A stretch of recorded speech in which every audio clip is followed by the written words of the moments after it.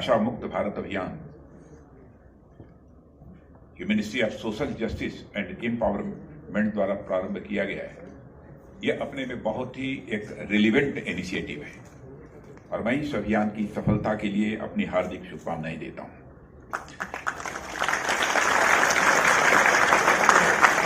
मुझे यह जानकारी दी गई है 15 अगस्त 2020 से यह अभियान प्रारंभ किया गया है और इसमें 272 जिले 272 ऐसे जिले हैं जो नशे की दृष्टि से बेहद संवेदनशील हैं, उन्हें इस अभियान के अंतर्गत कवर किया गया है।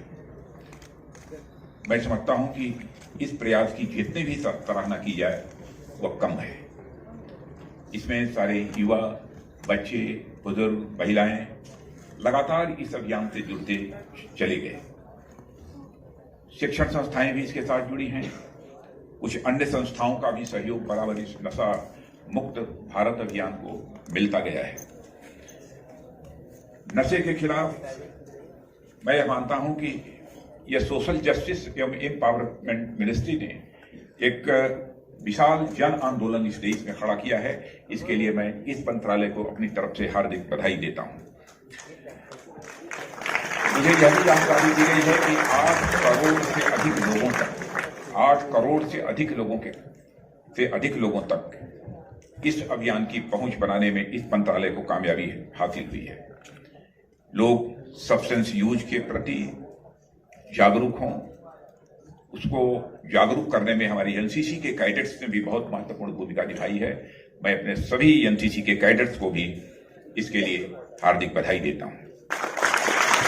और हमारे सारे एनसीसी कैडेट्स का यह पार्टिसिपेशन, इसकी जितनी भी सराहना की जाए वो कम है और जब भी देश को जरूरत पड़ी है हमारी एनसीसी के कैडेट्स ने बहुत ही महत्वपूर्ण भूमिका का निर्वाह किया है और इसीलिए हमारे एनसीसी के कैडेट्स को सेकंड लाइन ऑफ डिफेंस कहा जाता है।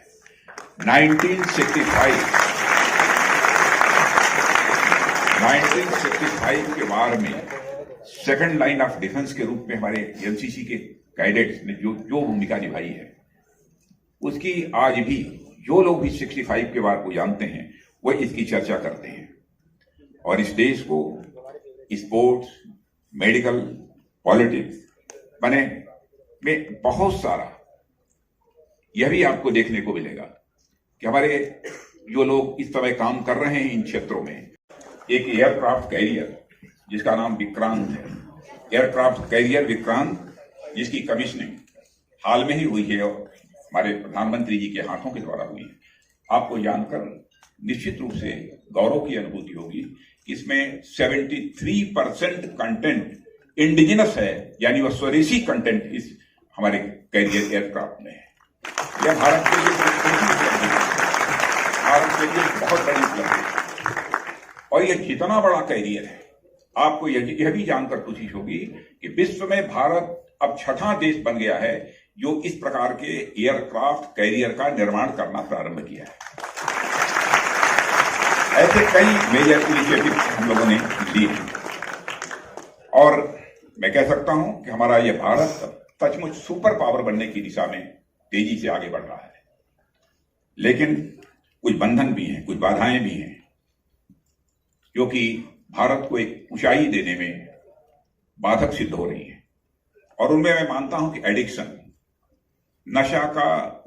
नशे का सेवन एक बहुत बड़ी बाधा है और मित्रों, इस बाधा को हमको मिलजुल कर दूर करना है और मैं कहना चाहता हूं कि इस बाधा को दूर करने में हम यदि कामयाब होते हैं तो हमारा भारत केवल एक डेवलप्ड कंट्री ही नहीं होगा, बल्कि हमारा भारत एक सुपर पावर के रूप में इमर्ज होकर खड़ा होगा, ऐसा मेरा पूरा विश्वास है।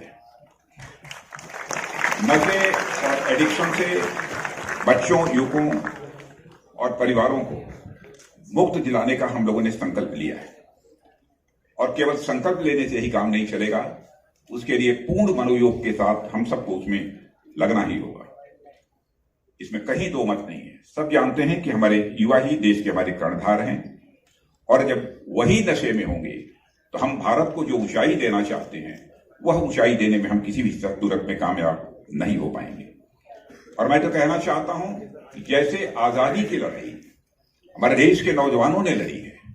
वैसे ही आइए आज हम सभी यह संकल्प लेंगे कि हम अब नशे की आजादी भी लड़ेंगे और इस पे हम कामयाबी हासिल करके रहेंगे। यह संकल्प लेने की हम सबको आवश्यकता है। जब हम आजादी की लड़ाई लड़ रहे थे तो हमारे दुश्मन कौन हैं, किनसे हमको भारत को आजाद कराना है, यह पूरी तरह से स्पष्ट था। उसमें बहुत सारे लोग एनसीसी के कैडेट्स रहे हैं और मैं स्वयं अपने को गौरवान्वित महसूस करता हूं कि मुझे भी अपनी पढ़ाई करते हुए एनसीसी कैडेट्स के रूप में काम करने का एक अवसर प्राप्त हुआ है।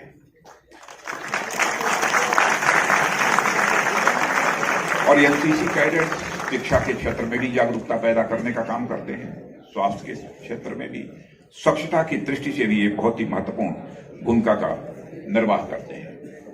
सब मिला जुलाकर मुझे कहना हो तो मैं कह सकता हूं कि इस देश के प्रोग्रेस में हमारे एनसीसी कैडेट्स की एक बहुत ही महत्वपूर्ण भूमिका रहती है। और आप जानते हैं कि आज हमारा देश तेजी के साथ आगे बढ़ रहा है और हमारे प्रधानमंत्री के नेतृत्व में जिस तरीके से कुछ इनिशिएटिव्स लिए गए हैं, उन सारे इनिशिएटिव्स में कुछ इनिशिएटिव से तो आप निश्चित रूप से परिचित होंगे। कोविड पैंडेमिक के दौरान हमारी सरकार ने जिस तरीके से काम किया है उसमें एनसीसी कैडेट्स की भी एक भूमिका रही है। इसके लिए भी हमारे एनसीसी के कैडेट्स जो है तभी बधाई के पात्र हैं। जैसा मैंने कहा, हमारा देश इस समय तेजी से आगे बढ़ रहा है और जहां तक इस देश की अर्थव्यवस्था का प्रश्न है, हम अच्छी तरह जानते हैं कि विश्व की यह 5th इकोनॉमी, मेजर इकोनॉमी, 5वीं एक बड़ी अर्थव्यवस्था हमारा ये भारत बन चुका है। हम इतना आगे निकल चुके हैं।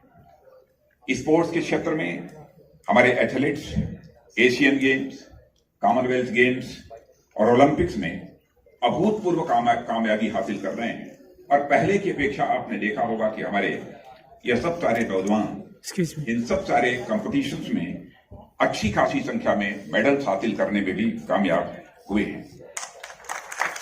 आज हमारा भारत, जो अब तक हमारी विदेशों पर निर्भरता थी कई मामलों में, अब उस निर्भरता को हम समाप्त कर रहे हैं और भारत को हम पूरी तरह से आत्मनिर्भर बनाने की कोशिश कर रहे हैं।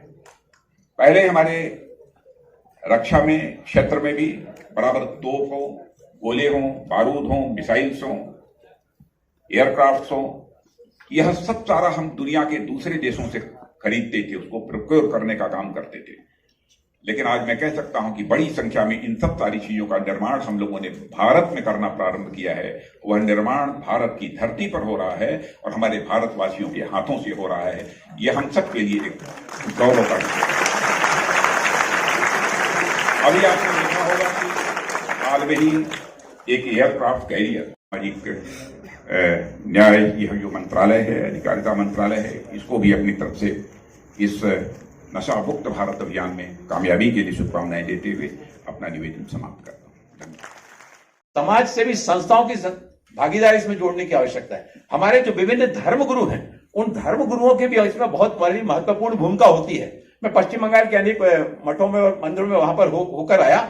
वहां पर मैंने देखा कि बच्चों को पढ़ाने के लिए उन मठों के साथ एक परंपरा जुड़ी है कि उन्होंने हॉस्टल बनाए हैं और वहां पर गरीब बच्चों को रखकर वहां पर पढ़ाया जाता है। तो ऐसे सारे मंदिरों में, मठों में जाकर, कर्नाटक में भी अनेकों मठों में जाकर वहां के हमारे जो धर्माचार्य हैं उनसे भी अनुरोध किया है और हमारी जो बाकी संस्थाएं हैं उन संस्थाओं के धर्मगुरुओं से भी लगातार संपर्क करते हुए कि आपके द्वारा जब समाज से कोई आह्वान किया जाता है वो अभियान बहुत प्रभावी होता है।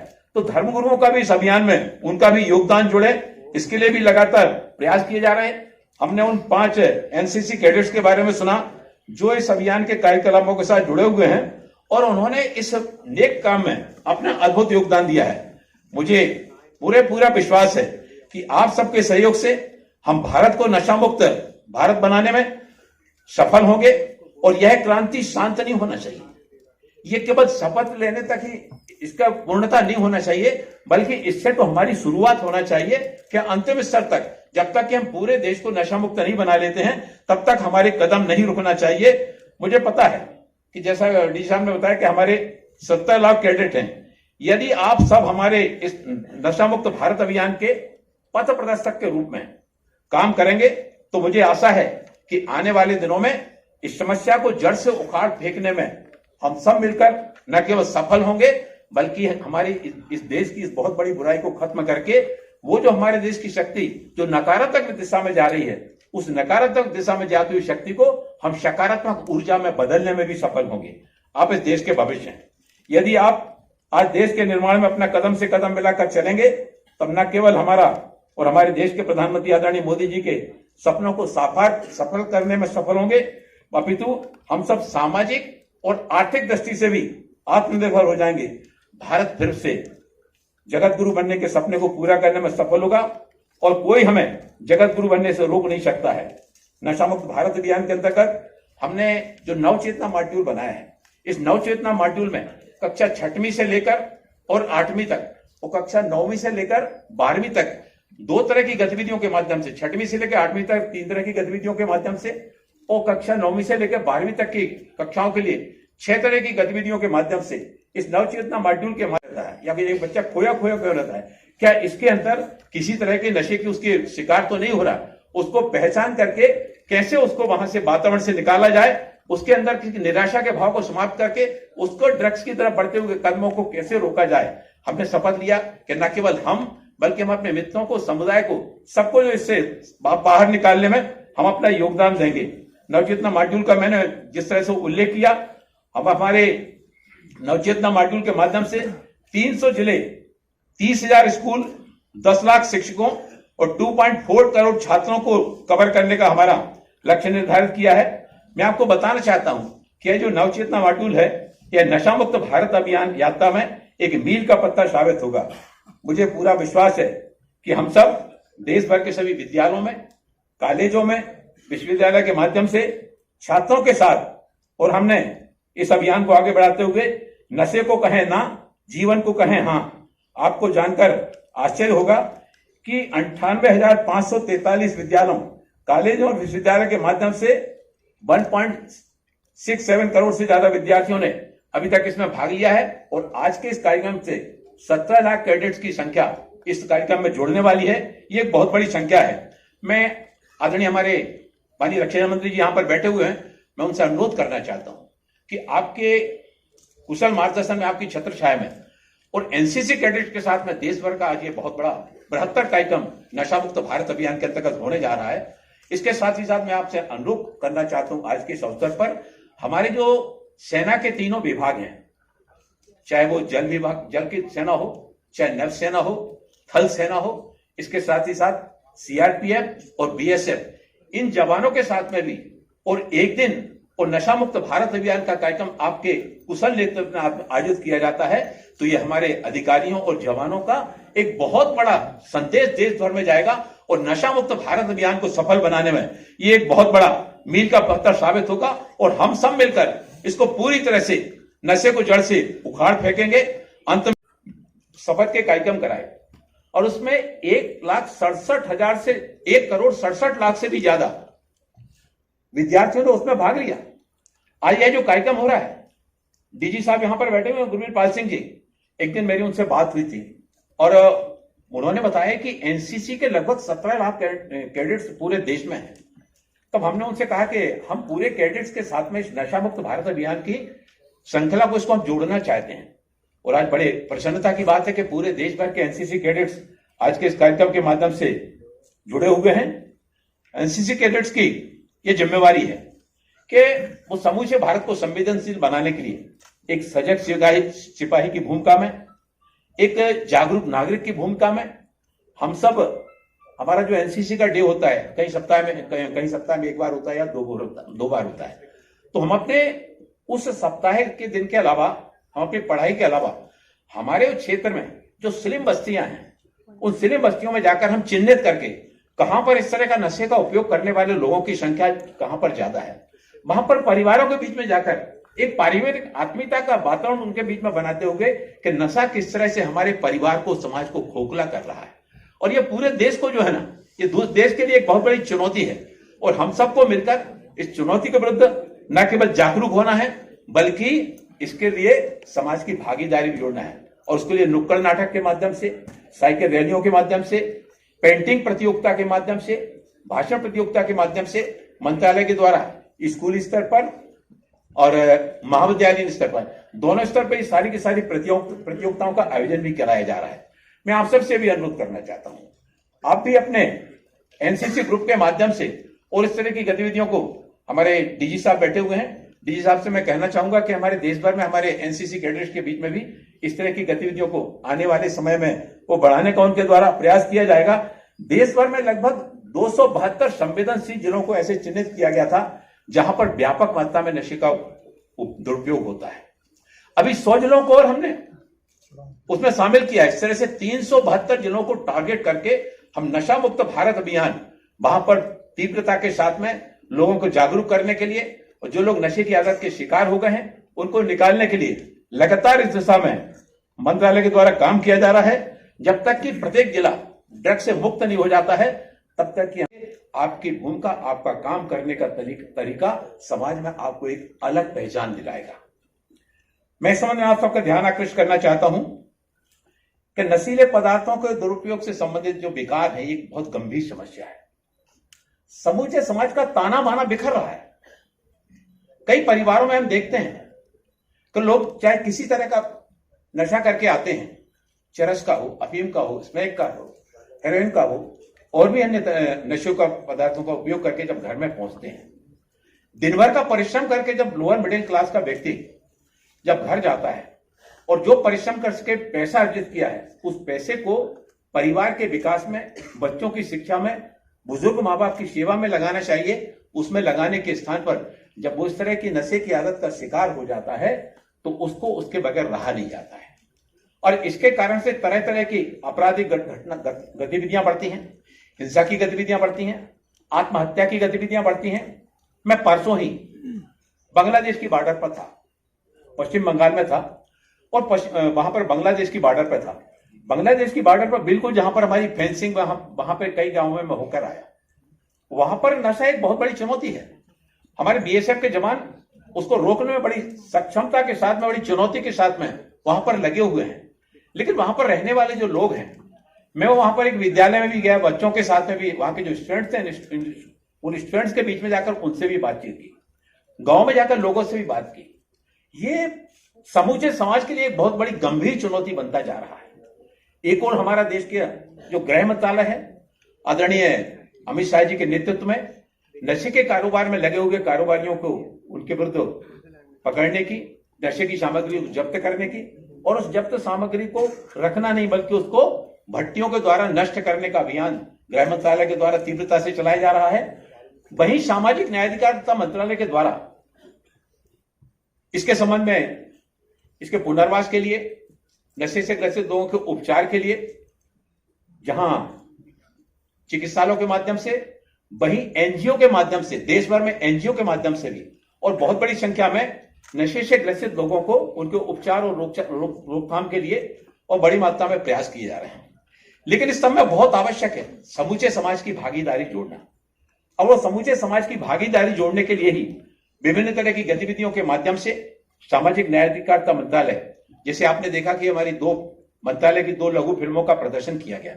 देश भर में हमने सारे विद्यालयों में, कॉलेजों में नशे के विरुद्ध एक जागरूकता अभियान चलाने के लिए शपथ के कार्यक्रम कराए। सीनियर डिवीजन के सारे एनसीसी कैडेट्स के साथ में, और देश के प्रधानमंत्री आदरणीय नरेंद्र मोदी जी के द्वारा जो नशा मुक्त भारत अभियान का आह्वान किया गया है, उस श्रृंखला में आज देश भर के एनसीसी कैडेट्स के बीच में शपथ का कार्यक्रम हो रहा है। और मुझे बहुत प्रसन्नता है, हम सबके मार्गदर्शक, सदैव हम सभी को प्रेरणा देने वाले हमारे देश के माननीय रक्षा मंत्री जी राजनाथ सिंह जी का, जहां सभी हम सभी को सदैव मार्गदर्शन प्राप्त होता रहता है।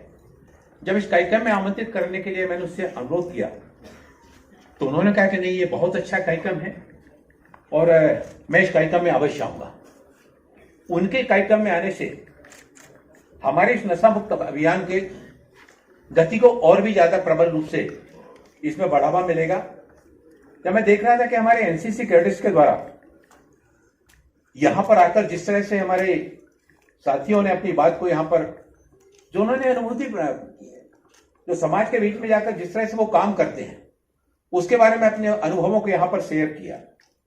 मित्रों, मैं सोच रहा था कि हमारा जो नशा मुक्त भारत अभियान का सर्वोत्तम अग्रदूत कौन होना चाहिए। जब इस बारे में मैंने विचार किया तो मुझे लगा कि एनसीसी के कैडेट से ज्यादा और युवाओं के बीच में दूसरा कोई अग्रदूत हो नहीं सकता है। पूरे देश भर में एनसीसी कैडेट्स की एक विशाल संख्या है। वास्तव में आप ही हमारे सर्वोत्तम अग्रदूत हैं। मुझे आपका चयन करते हुए बहुत खुशी हो रही है, क्योंकि हमारे युवा ही हमारे देश का भविष्य है।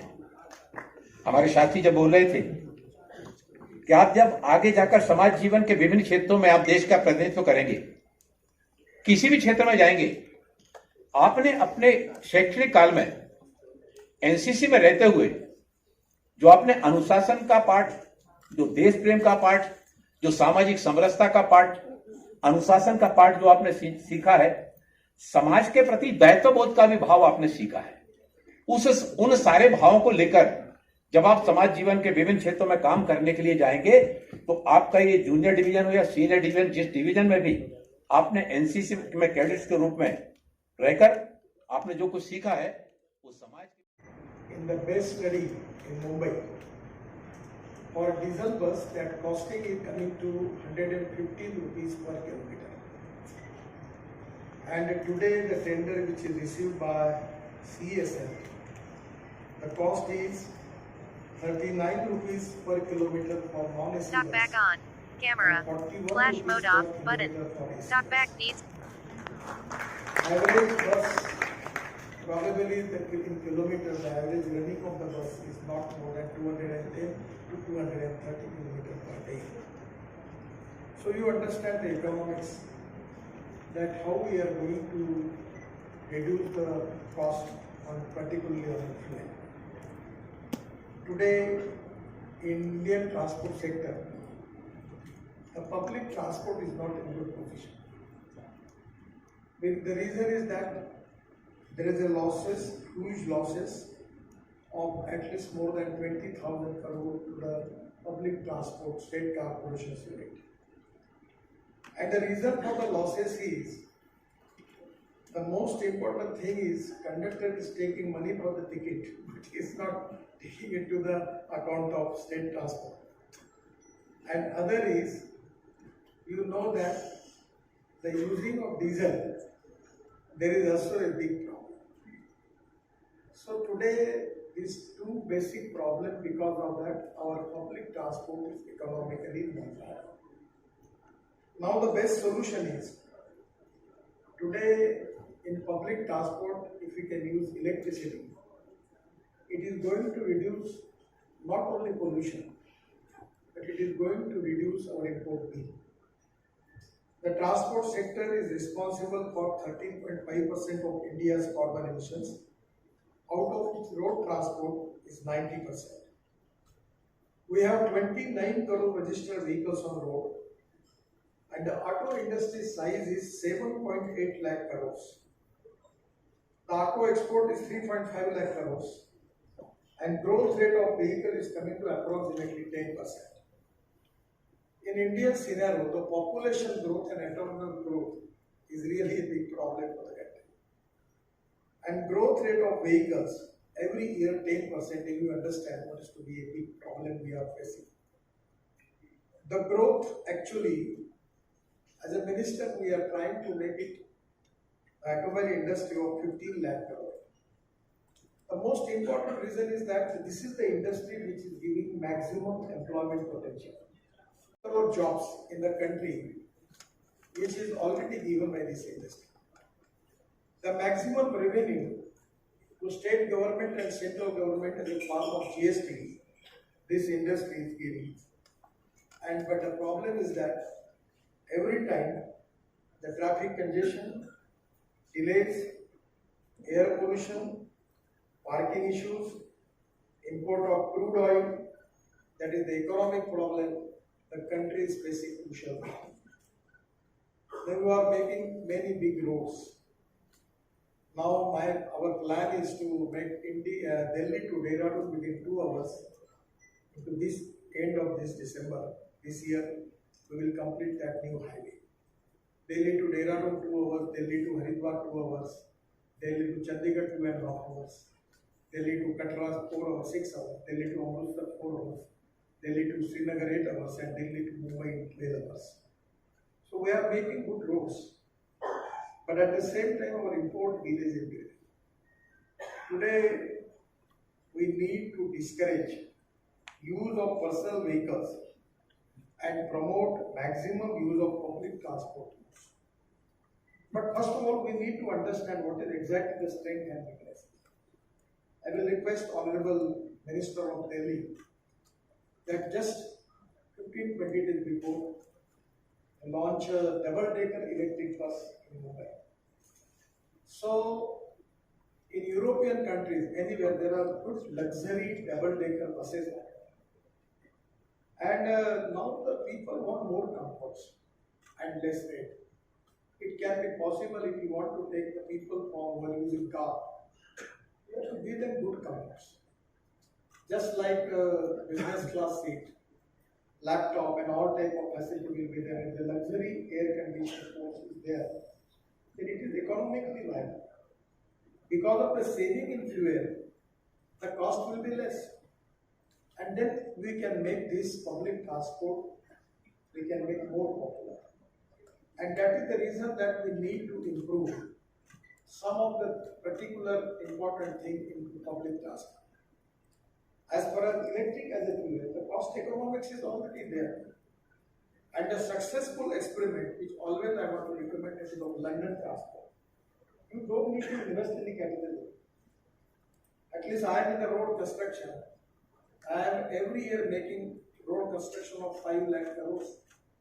My budget is for 2 lakh crores. I never have any problem about the capital. And now I am going to capital market in this. Now I am taking money from the small people for road construction. And our toll income is very good. Our rating is AAA. If you can professionally manage the public transport, I am 100% confident that we can get too much response from the capital investment from the different parts. And that is exactly the most important thing. The London transport model is really absolutely a very correct model. There are 9 operators, and the driver is belong to operator and conductor is from the corporation. But we need to have a system where there will be particularly the system which we need for that. Already my ministry is giving 70% capital cost in buses. We are giving SQs if they apply to my ministry, installing ITS in buses. We are giving 70% subsidy to you, by which in the front side there will be entry, either they will use as a car or mobile phone. And after that, when they will go back from the bus, again they can show that card or the mobile phone, and you can charge them. So you can save the money, and whatever the leakage is there, you can save. And by using electric fuel also, there will be no problem. So only card or QR code based entry and exit system, that is very important. Without that, it is not possible to have a profit in public transport. By using fuel, electricity, the cost saving is there. And by using this new technology, remove of physical ticket system, 100% I am confident we will get good response. The double-decker bus, electric bus, which in Mumbai having capacity of 65 passengers, and the single charge is 250 km. So diesel bus, double-decker bus rate is 100 rupees per kilometer, and the electric double-decker bus is coming to 56 rupees 40 paisa per kilometer. So the 50% of saving is there. Even I am confident that you can reduce the cost of the ticket also by 25% and giving good relief to the people. So by adopting the new technology, it can be possible. The most important thing which I need, that I want to recommend to you particularly, that there are trolley buses in European countries, because the lithium ion battery is costly, and that is one of the reason is the life cycle cost of lithium ion battery is $150 per kilowatt hour, but now it is $130. and within 1.5 year, 2 year, it will be $100. So it will be equal to the cost of petrol vehicle. When I started talking about electric vehicle, I remember Amitabh Bachchan here. He is one of the important persons who contribute for e-mobility in India. He started charging stations in Niti Aayog. He support the idea, and not only support the idea, but he bulldozed the idea in many departments. And that is one of the things that today we are marching towards ahead. Now, when at that time I was talking about the electric vehicle, there were a lot of people asking me many questions. Today, the situation is that there is a waiting list for a year for electric four-wheeler. There are 250 manufacturers who are making two-wheelers, electric two-wheelers, and 100% electric buses. Amitabh Khan was telling to Movaji that you should target of 50,000. But Amitabh ji, this target is not correct. They should make the target for 5 lakh buses. We have the potential, the economic viability is there, internal return is good. If no one is ready to finance the automobile manufacturer company, they are already very auto finance company. You can finance them through operator, to the city bus service, or even you can make from Delhi to Dehradun, Chandigarh, everywhere, even Delhi to Simla electric bus is there. So you can make the escrow and make the contract of 250 km or 225 km per day. And every day their ticket, whatever the money they are getting, they can take their money to the escrow account. And every day we can deposit that money to the bank or auto finance company. No problem. I am telling you, I am the person in this system who can raise crores of rupees from the market. I don't have any resources for the road construction because two things are there. The internal rate of return is good. Our total income is presently 40,000 crore. And at the end of the 24, it will be 1,40,000 crore per year. So I don't need, I can monetize the road. Already my problem is my expenditure is less. I want to increase more expenditure because money is not a problem. People are coming to me. The insurance fund, pension funds, all are coming to me that they want to invest in road construction. I don't have any problem because the economic viability is there. So all in this transport sector, with the cost for the diesel bus is 150 rupees per kilometer, and when it comes to 40 rupees or 41 rupees, the economics reduce pollution. We need to use alternative fuel, particularly electric, ethanol, biodiesel, bioenergy, CNG, and green hydrogen, and by which we can reduce the pollution. Pollution is a big problem, and at the same time, economic point of view also, we can reduce the import. Presently, our import is of 16 lakh crores. This is a big challenge. And diversification of agriculture to energy and power sector is very important. I feel that this is the need of the country. The economic viability is there. We reduce the pollution, and 100% we don't need capital from anybody because it is economically viable. By using public-private investment, we cannot do it. I am really thankful to Movaji and the team for taking this big tender, but I will suggest that you should think about 5 lakh buses. There is a lot of potential. Many times the people coming from state government coming to meet me, तो मैं उनको प्रश्न पूछता हूँ कि तुम्हारे बस में हॉर्न छोड़कर सब बजता है ना? ऐसी बसेस है कि हॉर्न छोड़कर सब बजता है. This is the time that we need to offer people very comfortably good public transport to the people without pollution. And that is the most important, whatever the philosophy is. All these things are economically viable, attractive, internal rate of return is good. Everyone is ready to invest in it. Only you have to present a model with the appropriate form. So really it is a good start for CSL. I am giving my all best wishes to you, and I am giving also confidence that anywhere if you have problem, my transport minister will support you. Thank you very much.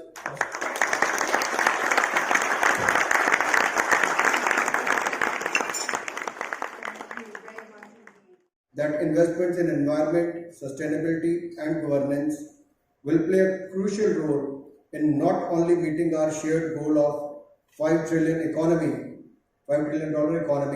but also sustainable development goals by 2030 and achieving net zero emissions by 2070. In a world ravaged by uncertainties, geopolitical upheavals, the role of social entrepreneurs is increasingly becoming critical to the nation building.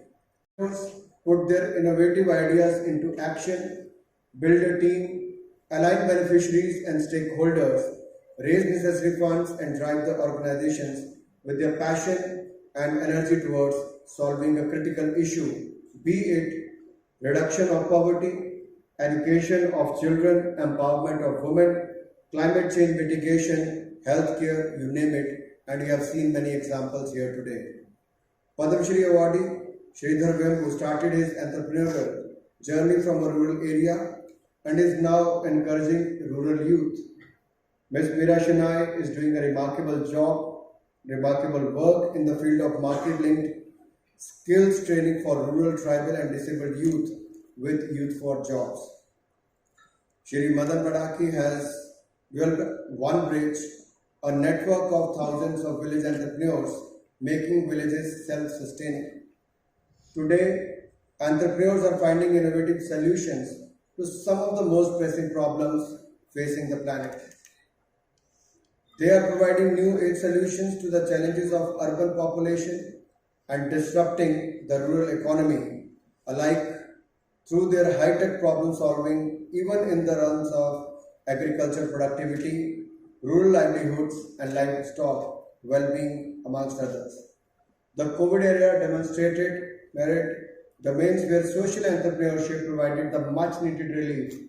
Throughout its history, India has countless examples of social innovators like Mahatma Gandhi, father of nation, Dr. Verghese Kurian, the father of India's milk revolution, Ela Bhatt, founder of Self-Employed Women Association Seva, and Sanjeev Bankar Rai, founder of Barefoot College, Harish Hande, co-founder of Selco Solar, Anil Kumar Gupta, founder of Honeybee Network, amongst others, who have risen above personal gain to devote their lives to solving pressing social and environmental ills plaguing society.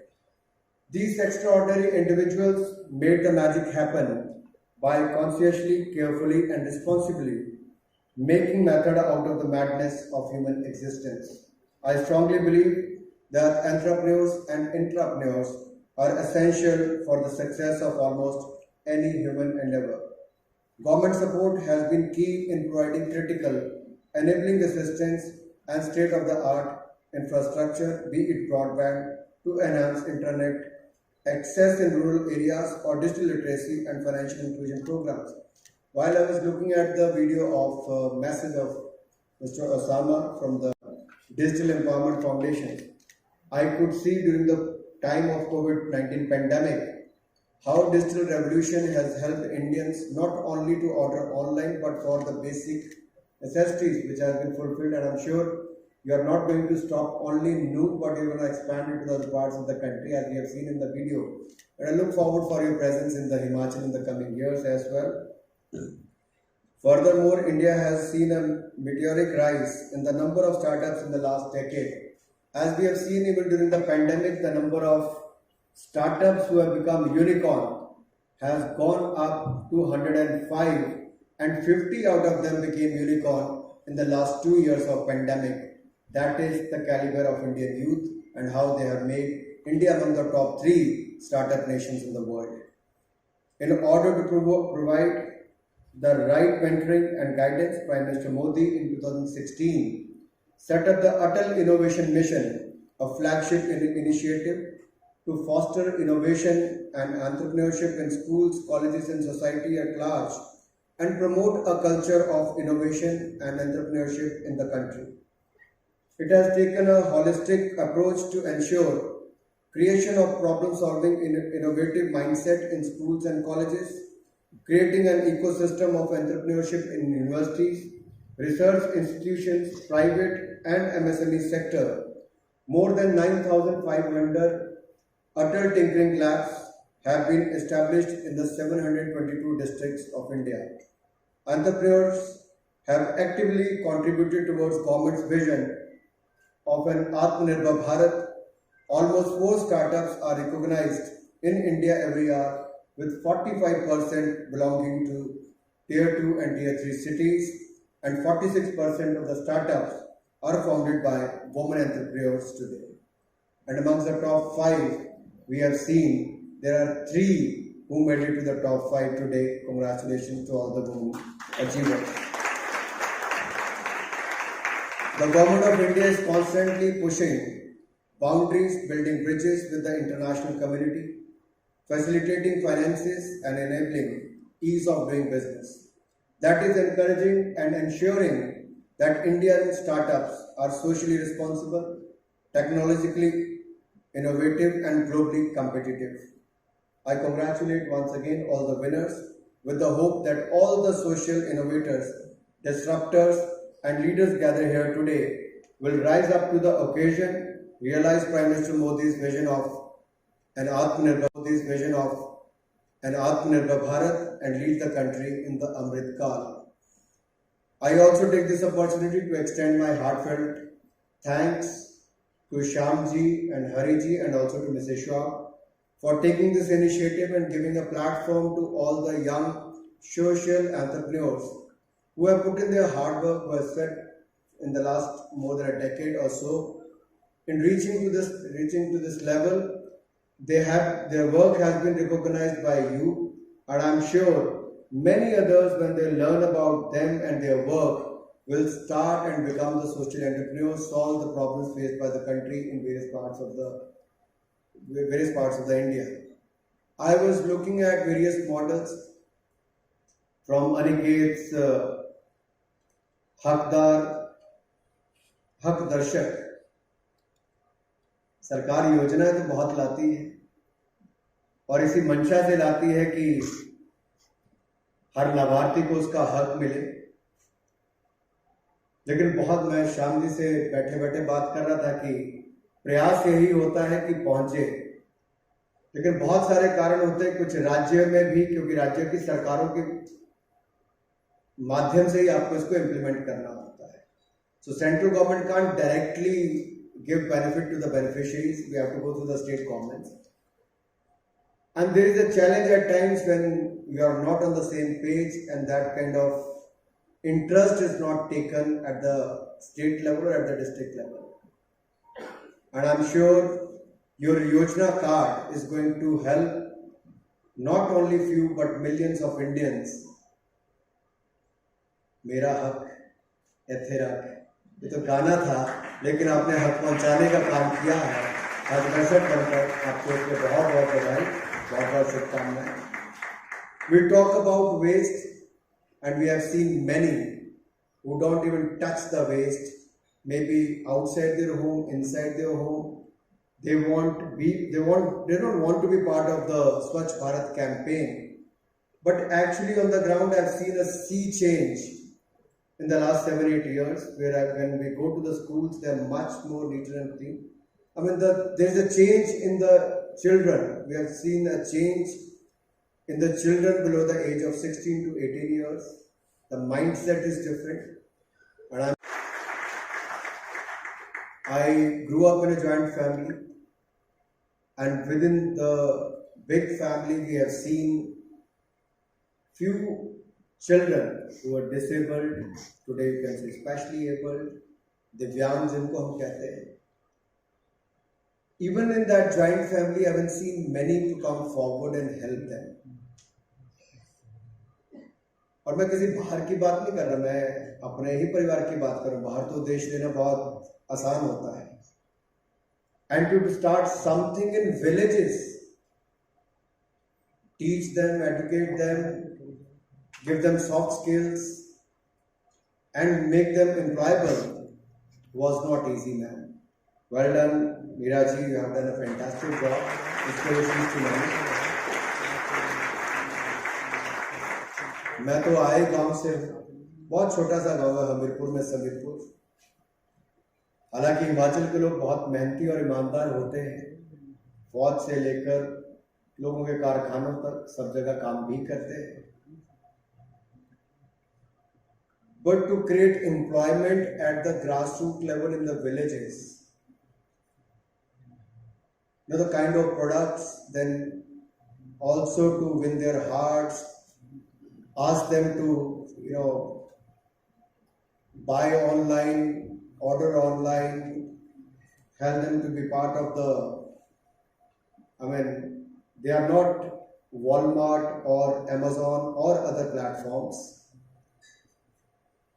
But in the rural India, if you do a business close to 71 crore rupees in the year 2021 and 215 crore, if I heard it properly, in the 2022 financial year, I think it speaks a lot about the kind of hard work which has been put in. It is not only the business, but more than 20,000 people who have been given the employment in the rural areas. I think it is a fantastic job we have done, and I'm sure there will be many other such examples in the country. If you look at all of them, with the use of technology, with the use of their good initiatives, they have reached out not only to the urban population but mainly to the rural population, created jobs in the rural India. ये भारत के प्रधानमंत्री आदरणीय नरेंद्र मोदी जी एक नया रास्ता चुना है। जितने भी प्रधानमंत्री जी को देश भर में जाने का अलग अलग कार्यक्रम में मौका मिलता है, इसमें अलग अलग सामाजिक संस्था हो, व्यक्ति भी हो, ऑर्गेनाइजेशन भी हो, सभी लोग समय समय पर उनको गिफ्ट देते रहते हैं। पहले भी सभी लोगों को दिए थे, ऐसे हमारा जैसे कैबिनेट मिनिस्टर हो, मिनिस्टर ऑफ स्टेट हो, अधिकारी हो, उनको भी मिलता है। मगर प्रधानमंत्री जी एक नया सिलसिला शुरू किया है। मेरे ख्याल से दुनिया में कितने प्राइम मिनिस्टर ऐसे करते हैं मुझे नहीं मालूम। भारत में पहली बार ऐसे जितने भी gift items, mementos as a prime minister अलग अलग इवेंट्स पे मिलता है, वो सभी आइटम्स को देश भर की जनता को वापस देना चाहिए। मुझे आपको मालूम है एक शाल प्रधानमंत्री को मिला था। एक गर्ल, एक विद्यार्थी ने प्रधानमंत्री को चिट्ठी लिखा है, जो शाल आप डाले थे वो शाल मुझे चाहिए। फिर वो प्रधानमंत्री जी उस शाल को उस विद्यार्थिनी जी को, गर्ल को कोरियर में भेजा था। उसके बाद समय समय पर लोग जो गिफ्ट आते हैं इसके बारे में चर्चा होते थे, मगर प्रधानमंत्री जी जितने भी गिफ्ट मिलते हैं उसमें लोगों को देना चाहिए, और जो लोग एफर्ट कर सकते हैं उनसे वॉलंटरी एक्टिविटी में उनसे कोई अमाउंट फिक्स करके उस अमाउंट को समय समय पर, जो एक बार स्वच्छ भारत को किया है, एक साल में गंगा क्लीनिंग के किया है, ऐसा अलग अलग समय पर ये काम चलते रहे। पहली बार 2019 में इस आइटम्स का ओपन बिड के द्वारा लोगों को देने के एक्शन करके देने के लिए निर्णय किया है। उस समय लगभग 1805 गिफ्ट्स को एक्शन में लगाए थे फर्स्ट राउंड पे, जो सेकंड राउंड पे मिलकर 2772 पहली बार इस गिफ्ट आइटम्स को 2 बार किए थे 2019 में। उसके बाद 2021 में भी 2 बार किए थे।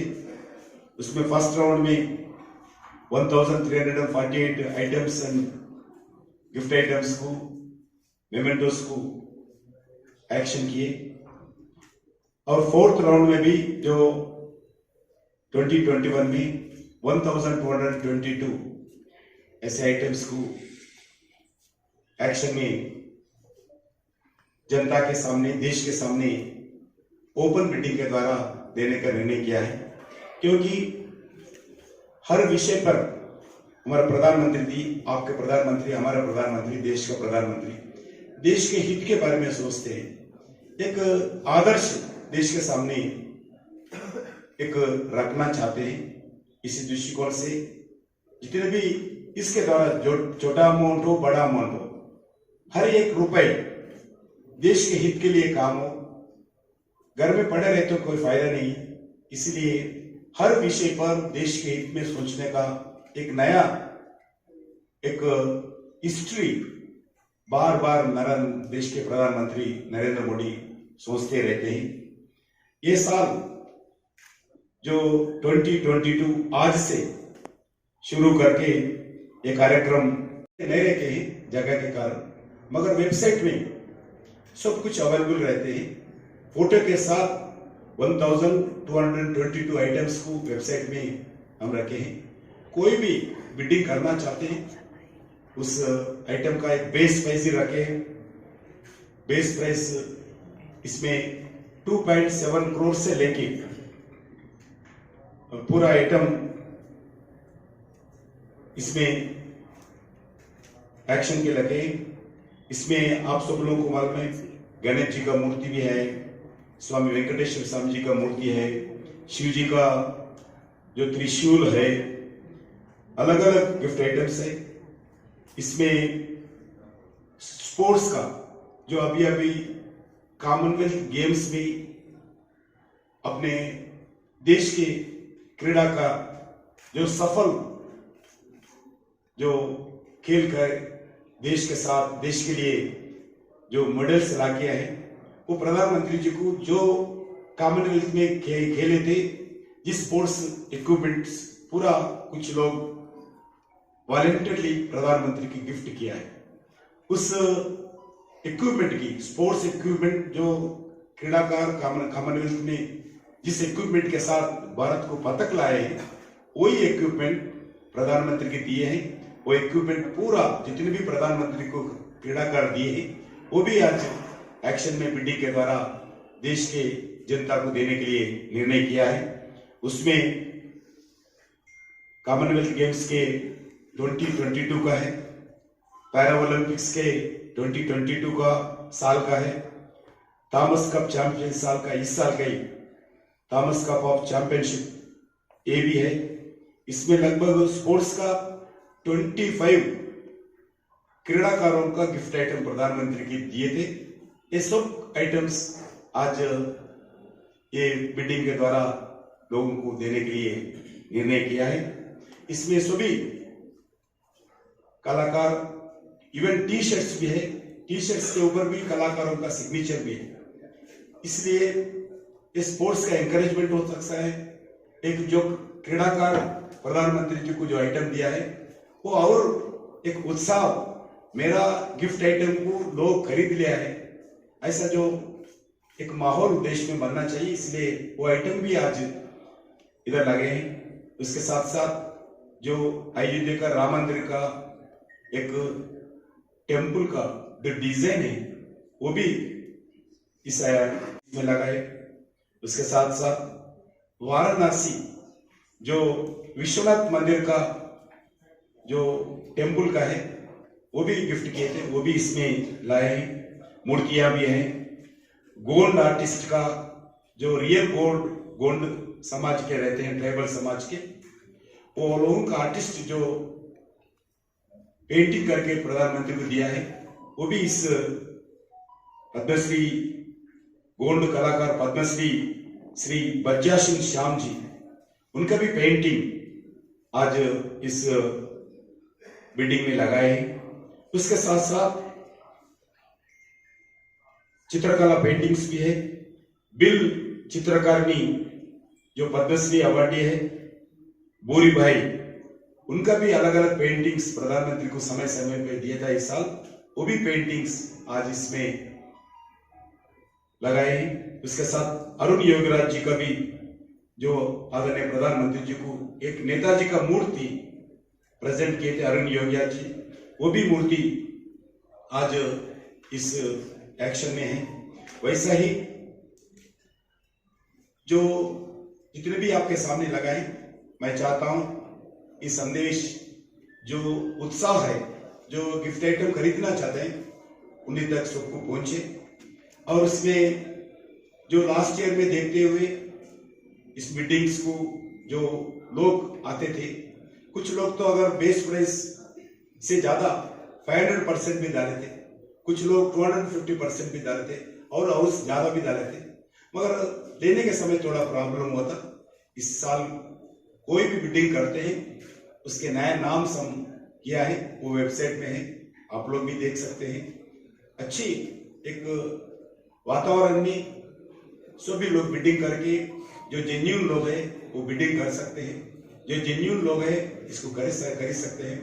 कुछ नौजवान उत्साहपूर्वक बिडिंग करते थे, बाद में वो लेने में थोड़ा मुश्किल होता था, इसलिए वो देखते हुए बिडिंग में भी एक ट्रांसपेरेंसी लाने के लिए हमारा कल्चर डिपार्टमेंट के अधिकारी इसका एक नया नाम तैयार करके आज वेबसाइट में लगाए। और उसके साथ साथ पेमेंट्स का भी NIS के द्वारा और SBI के द्वारा पेमेंट लेने के लिए भी निर्णय किया है। अधिकारी मित्रगण, पत्रकार साथीगण, आज दोहरा अच्छा दिन है। एक तो आज विश्वकर्मा जयंती है। भारत की सभ्यता में कौशल्य और निर्माण और विश्वकर्मा जी ये पर्यायवाची है।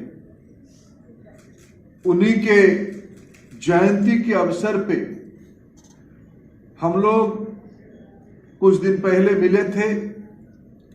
भारत में स्किल सेक्टर को जो आगे बढ़ने वाला है उसको एक इंस्टीट्यूशनलाइज तरीके से और बढ़ाने के लिए क्या क्या किया जा सकता है, ये तय हुई कि देश में ये प्रधानमंत्री जी की ही कल्पना है कि देश की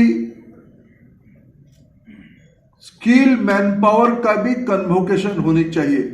आखिर ये भी शिक्षा है, ये सही शिक्षा है, इसमें रोजगार बढ़ाने वाली शिक्षा है, स्वावलंबन स्वाभिमान दोनों बढ़ाने वाली शिक्षा है। उसी को एक कन्वोकेशन की रूप दिया जाए, दीक्षांत का रूप दिया जाए। मेरे लिए बहुत ही आनंद की मुहूर्त है। प्रधानमंत्री जी की जन्मदिन के अवसर पे हम उन्हीं की एक विजन स्किल कन्वोकेशन पहली बार देश में आयोजित कर रहे हैं। लाखों विद्यार्थी उसमें से जुड़े हैं और आने वाले दिनों में मैं नहीं जानता हूं आज उन विद्यार्थियों की सर्टिफिकेट को आपने कैसे दिया होगा। अगर नहीं दिया है तो आने वाले सप्ताह भर में ब्लॉकचेन को यूज करते हुए आपने आने वाले 10-15 दिन में सभी विद्यार्थियों को डिजिटल प्लेटफॉर्म में स्किल की सर्टिफिकेट जो पढ़ाई करके उत्तीर्ण है आप सबको देंगे। ये मेरा आप सभी से अपेक्षा है। मित्रों, आज इसके बाद तुरंत माननीय प्रधानमंत्री हम सभी को संबोधित करेंगे। टेक्नोलॉजी की दुनिया है। प्रधानमंत्री जी ने हमको उचित माना, ना केवल कल्पना देने के लिए, स्वयं टेक्नोलॉजी के माध्यम से हमसे जुड़ के हमें उद्बोधन देने का भी आज उनकी उतनी व्यस्तता के साथ अंदर कल रात को वो 1-2 बजे देश पहुंचे। आज सुबह कहीं भ्रमण में देश के किसी कोने पे गए, जनता से संवाद कर रहे हैं। उसी व्यस्तता के अंदर वो हमें भी समय दिया है हमको संबोधित करने के लिए। यह हमारी सौभाग्य है। मैं उनकी और आपके बीच में दूरी नहीं बनना चाहता हूं। 2-3 विषय केवल निवेदन करना चाहता हूं। अग्निवीर यानी क्या होगा? यही अग्निवीर का जीता जागता उदाहरण है। देश की नागरिक, देश की नौजवान जिंदगी की कुछ अहम पल सेना की, वायुसेना की, नौसेना की प्रशिक्षण में रहेगा, लौट के आएगा और 1-2 साल के अंदर 10 करोड़ की मालिक बनेगा। ये संभव है। ये नया भारत है। यही दीक्षांत समारोह की सबसे बड़ा उपलब्धि है। ये जो 3 केस स्टडी, और कोई भाषण देने की आवश्यकता नहीं है, हम तो शुभेच्छा देने के लिए आए हैं। यह कोई कॉपी पेस्ट नहीं है, कोई बड़े घराने की लड़के नहीं है, लड़की नहीं है। अगर उनकी जिंदगी में भारत सरकार के इस कार्यक्रम नहीं मिलते, अब कल्पना करो उनकी जिंदगी क्या होता। शायद आर्मी से लौटा हुआ व्यक्ति 15-20 हजार की पगार में, 25 हजार की पगार में कहीं सेवा देता, आज वो 100 लोगों को जिंदगी दे रहा है। और दिव्यांग भाई क्या होता है इसकी जिंदगी में, कैसे लेता है समाज। उन्होंने आज उसकी चेहरा को देखो, भाव साइन लैंग्वेज को छोड़ दो, उसकी आंखों की आवेग को देखो। और हमारी देश की माताएं बहनें क्या क्या नहीं कर सकते हैं। आज मेरे दृष्टि से दीक्षांत समारोह की सबसे बड़ा यही है मैसेज। मित्रों, जैसे अभी मैं आपको 3 सौगात आज की प्रधानमंत्री की जन्मदिन के अवसर पे मैं उन्हीं की ओर से देश को सौगात देना चाहता हूं, सूचना देना चाहता हूं। सौगात तो प्रधानमंत्री जी ने दिया है, मैं पोस्टमैन हूं, आपको देता हूं। स्किल सेक्टर में जो भी जितना पढ़ाई किया है, एक हमारी कलसी साहब ने नया उपक्रम खड़ा किया है, क्रेडिट फ्रेमवर्क की नई पैमाना बनाया जा रहा है। आपकी काम करने वाला अनुभव को, आपकी छोटे दुकानदार है, 6 क्लास तक पढ़ा है, रेडी पटरी में दुकान चलाती है, उसको इवैल्यूएशन करके उसको भी एक स्तर बनाया जाएगा, उसी को भी आगे फॉर्मल एजुकेशन, विधिवत एजुकेशन की ओर उसको एक पाइपलाइन जोड़ दिया जाएगा।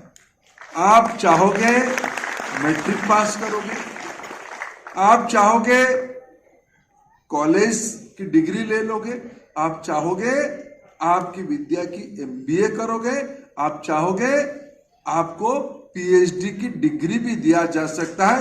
ये सारे में केवल किताबी पढ़ाई के आधार पे नहीं, आपकी जिंदगी की काम की अनुभव को भी राष्ट्रीय शिक्षा नीति ने, जिसका क्रियान्वयन UGC की चेयरमैन, NCVT की चेयरमैन, इसीलिए मैंने कहा आज संजय मूर्ति जी आपको विशेष धन्यवाद।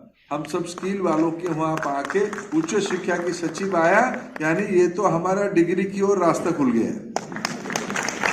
यही है सौगात। ये इसको एक नया व्यवस्था भारत में बनाने की योजना बनाई जा रही है।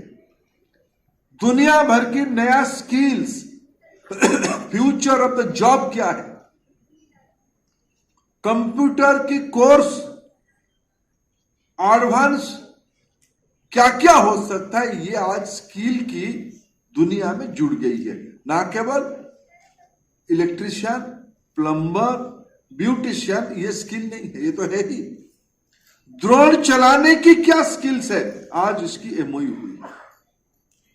आज CBSE और मीडिया एंटरटेनमेंट स्किल सेक्टर की समझौता हुई है। आने वाले दिनों में क्या होगा, मैं आपको एक स्कोप देता हूं, आपको एक ऑफर देता हूं। भारत सरकार की शिक्षा मंत्रालय चंद दिनों में, रमेश सिप्पी जी, दुनिया की सबसे बड़ा टेलीविजन नेटवर्क की मालिक बनने वाला है। इस बार प्रधानमंत्री जी ने हमको पैसा भी दिया है, अनुमति भी दिया है 260 टीवी चैनल बनाने के लिए। भारत में किसी के पास इतने टीवी चैनल नहीं है, चंद दिनों में जितना शिक्षा विभाग के अंदर आ जाएगा। प्री स्कूल से लेके पोस्ट ग्रेजुएशन तक, जो कहते हैं KG to PG तक, पढ़ाई के माध्यम क्लासरूम के साथ साथ क्लासरूम में और घर में भी टीवी, सैटेलाइट, इंटरनेट के माध्यम से आप तक पहुंचेगी, बिना मूल्य की, कोई पैसा का ज्यादा खर्चा नहीं। सफल हो और स्वाभिमानी हो, आप लोग और मजबूत हो, इसी शुभकामनाओं के साथ आपको बहुत बहुत धन्यवाद। हम सभी लोग अभी माननीय प्रधानमंत्री की संबोधन को सुनेंगे, फिर राष्ट्रगान होगा, तब हमारी